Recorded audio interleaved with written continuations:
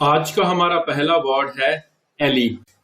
Elite word एक adjective भी है और नाउन भी है, जिसका मीनिंग होता है a social group that is thought to be the best और most important because of its power, money, intelligence या ऐसी ही और चीजों की वजह से।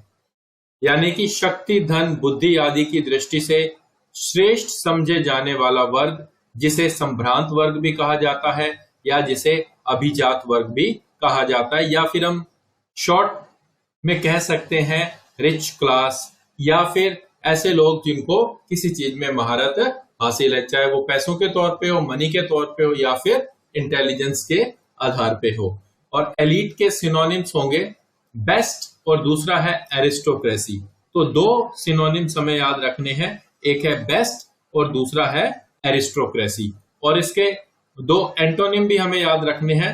फर्स्ट हमारा वर्ड है ऑर्डिनरी और दूसरा है कॉमन।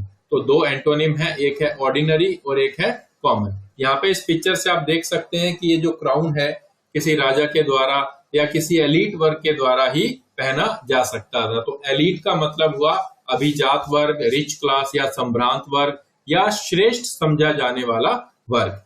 हमारा सेंटेंस होगा education was once the prerogative of the elite, यानी कि शिक्षा कभी अभिजात्य वर्ग का विशेषाधिकार था।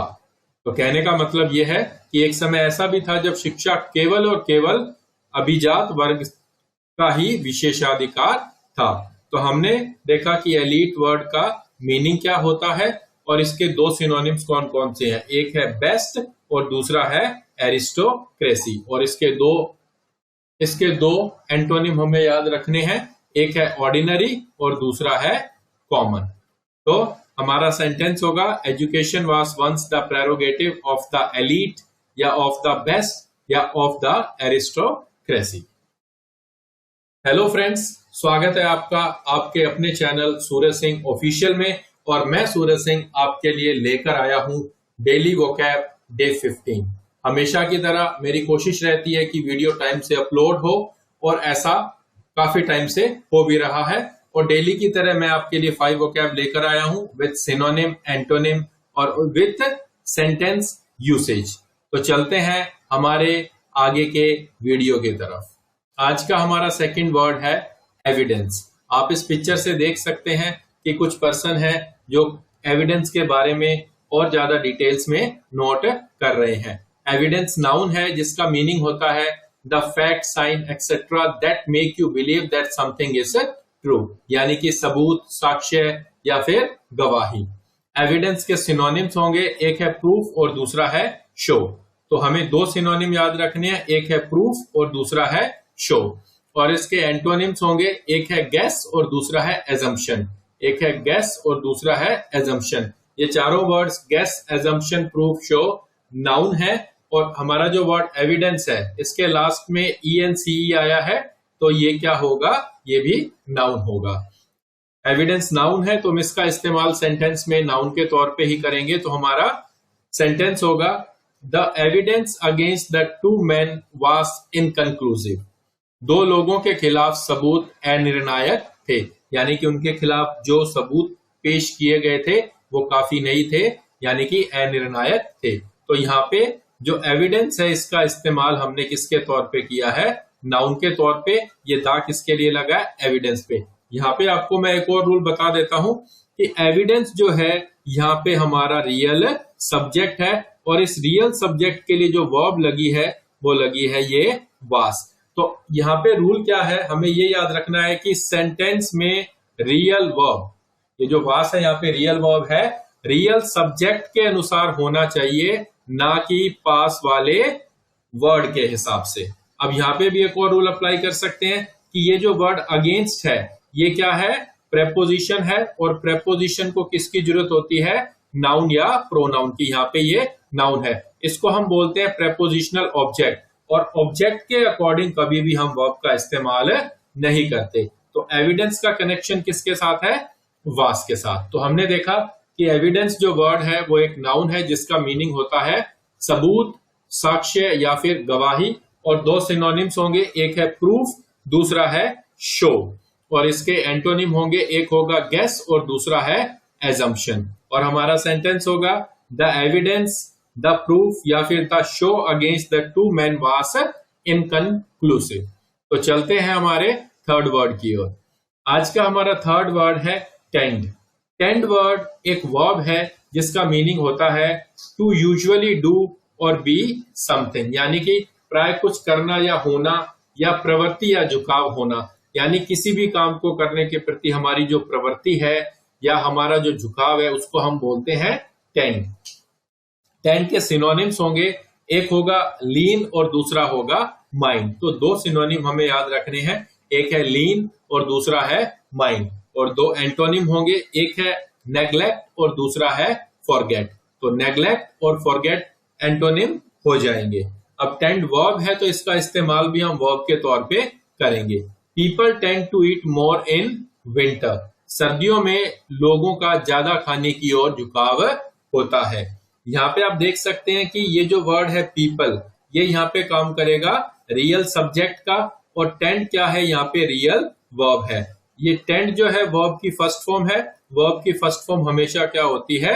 प्लूरल। और प्लूरल सब्जेक्ट यानी पीपल जो है प्लूरल सब्जेक्ट है, प्लूरल सब्जेक्ट के साथ हम क्या इस्तेमाल करते हैं? Plural verb. तो हमने देखा कि people tend to eat more in winter में टेंड का इस्तेमाल वर्ब के तौर पे हुआ है, यानी कि सर्दियों में लोगों का ज्यादा खाने की ओर झुकाव होता है या ज्यादा खाने की प्रवृत्ति होती है। तो हमने देखा टेंड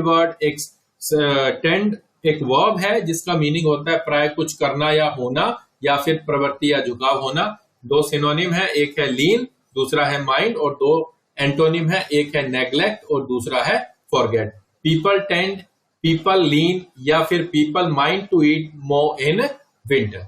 तो चलते हैं हमारे फोर्थ वर्ड की ओर। आज का हमारा फोर्थ वर्ड है प्रेजुडिस। प्रेजुडिस वर्ड एक नाउन है जिसका मीनिंग होता है a strong unreasonable feeling of not liking और ट्रस्टिंग समबडी और something, especially when it is based on his her its race, religion और सेक्स। सिंपल लैंग्वेज में हम कह सकते हैं किसी व्यक्ति या वस्तु के प्रति प्रबल नापसंदगी या अविश्वास, विशेषतः उसकी जाति, धर्म या लिंग के कारण, या फिर और शॉर्ट में हम कह सकते हैं पूर्वाग्रह। प्रेजुडिस नाउन है जिसका सिनोनिम होंगे, एक होगा डिस्क्रिमिनेशन और दूसरा है पार्शियलिटी। तो डिस्क्रिमिनेशन को भेदभाव भी बोला जाता है और पार्शियलिटी को बोलते हैं पक्षपात। तो दो सिनोनिम हमें याद रखने हैं, एक है डिस्क्रिमिनेशन और दूसरा है पार्शियलिटी। आप इस पिक्चर में देख रहे हैं कि ये जो पर्सन है ये विरोध कर रहा है क्योंकि इसके खिलाफ जो गोरे लोग हैं इनके साथ भेदभाव करते हैं या फिर पक्षपात करते हैं। और आप यहाँ पे देख सकते हैं stop the war on black American, यानी कि जो ब्लैक अमेरिकन है उनपे जो व्हाइट अमेरिकन है वो किसी ना किसी तरह का डिस्क्रिमिनेशन करते हैं, तो उसको रोकने के लिए इन्होंने ये प्रोटेस्ट कर रहे हैं। प्रेजुडिस के एंटोनिम्स होंगे, एक होगा फेयरनेस और दूसरा होगा जस्टिस। तो दो वर्ड्स हमें याद रखने हैं, एक है फेयरनेस और जस्टिस। और एक बात ये मैं पहले भी कई बार बता चुका हूं, जिन भी वर्ड के लास्ट में नेस आएगा वो फर्स्ट कंडीशन में क्या होंगे? नाउन। यहाँ पे फर्स्ट कंडीशन का ये मतलब है कि हम इसे पहले नाउन मानेंगे, इसके बाद ये कुछ और भी हो सकता है, ऐसी संभावना है। एग्जाम्पल के तौर पे आपको मैं एक वर्ड बताता हूं, ये जो वर्ड है कंडीशन, देखने में TION के हिसाब से ये क्या है? नाउन है, लेकिन कंडीशन वर्ब का भी काम करता है। उसी तरह से एक और वर्ड है डॉक्यूमेंट। डॉक्यूमेंट नाउन है क्योंकि मेंट वाला रूल यहाँ पे फॉलो हो जाता है कि लास्ट मेंट जिनके वर्ड के लास्ट में आता है वो नाउन होते हैं। तो डॉक्यूमेंट का एक तो मीनिंग होता है कागजात, और उसके अलावा जो डॉक्यूमेंट वर्ड है ये वर्ब का भी काम करता है जिसका मीनिंग होता है लिखित में दर्ज करना। ठीक है, तो अब चलते हैं हमारे सेंटेंस की ओर। हमारा सेंटेंस होगा the greatest obstacle to progress is prejudice. प्रगति में सबसे बड़ी बाधा पूर्वाग्रह है, यानी कि डिस्क्रिमिनेशन या पार्शियलिटी है। इस prejudice, the greatest obstacle to progress is prejudice. तो हमने देखा कि प्रेजुडिस एक नाउन है जिसका मीनिंग होता है पूर्वाग्रह या फिर भेदभाव या फिर पक्षपात। और दो सिनोनिम कौन कौन से हैं? एक है डिस्क्रिमिनेशन और दूसरा है पार्शियलिटी। और दो एंटोनिम है फेयरनेस और है दूसरा है जस्टिस। तो हम कह सकते हैं the greatest obstacle to progress is prejudice या फिर डिस्क्रिमिनेशन या फिर पार्शियलिटी। तो आइए चलते हैं हमारे लास्ट वर्ड की ओर। आज का हमारा लास्ट वर्ड है स्कैंट।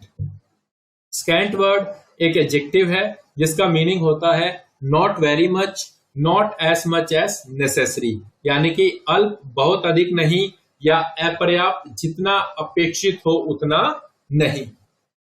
स्कैंट के सिनोनिम्स होंगे, एक है इनसफिशिएंट और दूसरा है इनसब्सटेंशियल। तो दो सिनोनिम हमें याद रखने हैं, एक है इनसफिशिएंट और दूसरा है इनसब्सटेंशियल। इसके दो एंटोनिम भी है जो हमें याद रखने हैं, एक है एडिक्वेट और दूसरा है एम्पल। तो एक हो गया एडिक्वेट और दूसरा है एम्पल। स्कैंट एडजेक्टिव है तो इसका इस्तेमाल भी हम सेंटेंस में एडजेक्टिव के तौर पे ही करेंगे। तो हमारा सेंटेंस होगा I paid scant attention to what she was saying. वह जो कह रही थी उस पर मैंने बहुत कम ध्यान दिया।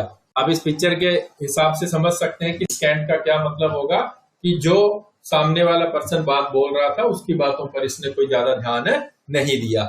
आई पेड स्कैंट अटेंशन, यहाँ पे आपको थोड़ा सा मैं डिटेल में बता देता हूँ। पेड क्या है, वर्ब की सेकंड फॉर्म है और वर्ब ये ट्रांजिटिव वर्ब है। ट्रांजिटिव वर्ब को किसकी जरूरत होती है, ऑब्जेक्ट की, और ऑब्जेक्ट में हम यूज करते हैं नाउन या प्रोनाउन। तो इसका जो ऑब्जेक्ट होगा वो क्या होगा, अटेंशन। TIN वाले फर्स्ट कंडीशन में क्या होंगे, नाउन। अब नाउन की विशेषता कौन बताता है, नाउन की विशेषता बताता है एडजेक्टिव। तो यहाँ पे हमने स्कैंट का इस्तेमाल किसके तौर पे किया है, एडजेक्टिव, और स्कैंट क्या है, एडजेक्टिव ही है। तो स्कैंट हमने देखा कि स्कैंट एक एडजेक्टिव है जिसका मीनिंग होता है अत्यल्प यानी बहुत कम और या फिर अपर्याप्त। और इसके दो सिनोनिम्स है, एक है इनसफिशिएंट और दूसरा है इनसब्सटेंशियल। और दो एंटोनिम है, एक है एडिक्वेट और दूसरा है एम्पल। तो हम कह सकते हैं I paid scant attention, I paid insufficient attention, या फिर I paid insubstantial attention to what she was saying. तो ये थे हमारी आज की 5 वोकैब। अगर आपको हमारा ये वीडियो पसंद आया तो इस वीडियो को लाइक कीजिए, और अगर आप इस चैनल पर पहली बार आए हैं और अगर आपको हमारा ये चैनल पसंद आया हो तो हमारे चैनल को सब्सक्राइब भी कीजिए। Thanks for watching.